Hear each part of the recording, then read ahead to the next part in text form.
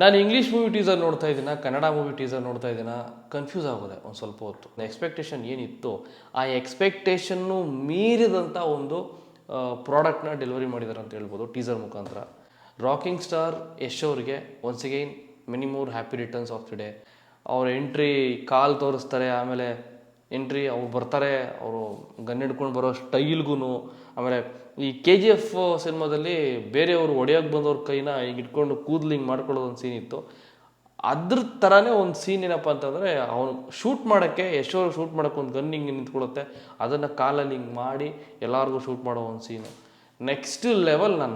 ನನ್ನ friend voice message ಹಾಕ್ದ, ಗುರು ಏನು ಮಾಡಿದ್ದಾರೆ ಗುರು, ಹೆಂಗಿದೆ ಇದು ಟೀಸರು, ಏನು ತಮಾಷೆನ, ಕನ್ನಡದ ಮಟ್ಟಿಗೆ ಎಲ್ಲೋ ಹೊರಟೋಯ್ತಿದ್ದು. ಡೈರೆಕ್ಟರ್ ಲಿಸ್ಟಿಗೆ ಬಂದರೆ ರಾಕಿಂಗ್ ಸ್ಟಾರ್ ಯಶ್ ಅವರು ಕೂಡ ಇದರಲ್ಲಿ ವರ್ಕ್ ಮಾಡಿದ್ದಾರೆ. ಸ್ಟೋರಿನ ಅವರು ಸೇರಿ ಬರೆದಿರುವಂಥದ್ದು, ಗೀತು ಮೋಹನ್ ದಾಸ್ ಅವರು ಮತ್ತು ಯಶ್ ಅವರು ಸೇರಿ ಬರೆದಿರುವಂಥದ್ದು. 4 ಜನ ವರ್ಕ್ ಮಾಡಿದ್ದಾರೆ ಈ ಒಂದು ಸೀನ್ಗಳನ್ನು ಡೆಲಿವರಿ ಮಾಡೋದಕ್ಕೆ.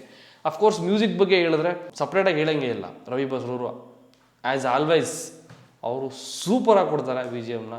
ಈ ವಿಡಿಯೋದಲ್ಲೂ ಅದು ತುಂಬ ಚೆನ್ನಾಗಿ ಎದ್ದು ಕಾಣ್ತಾ ಇದೆ. ಇನ್ನು ಟ್ರೈಲರ್ ಬಾಕಿ ಇದೆ, ಆ್ಯಂಡ್ ಆಲ್ಸೋ ಅನದರ್ ಟೀಸರ್ ಬರೋದು ಬಾಕಿ ಇದೆ, ಸಾಂಗ್ಸ್ ಬರೋದು ಬಾಕಿ ಇದೆ. ಯಾವಾಗ ಈ ಸಿನಿಮಾ ನಾನು ಥಿಯೇಟ್ರಲ್ಲಿ ನೋಡ್ತೀನಿ ಅಂತ ನಾನಂತೂ ಕಾಯ್ತಾ ಇದ್ದೀನಿ. Hats off to the team and congratulations ಈ ಕ್ವಾಲಿಟಿಗೆ, ಈ ಒಂದು ಟಾಪ್ ನಾಚ್ಗೆ.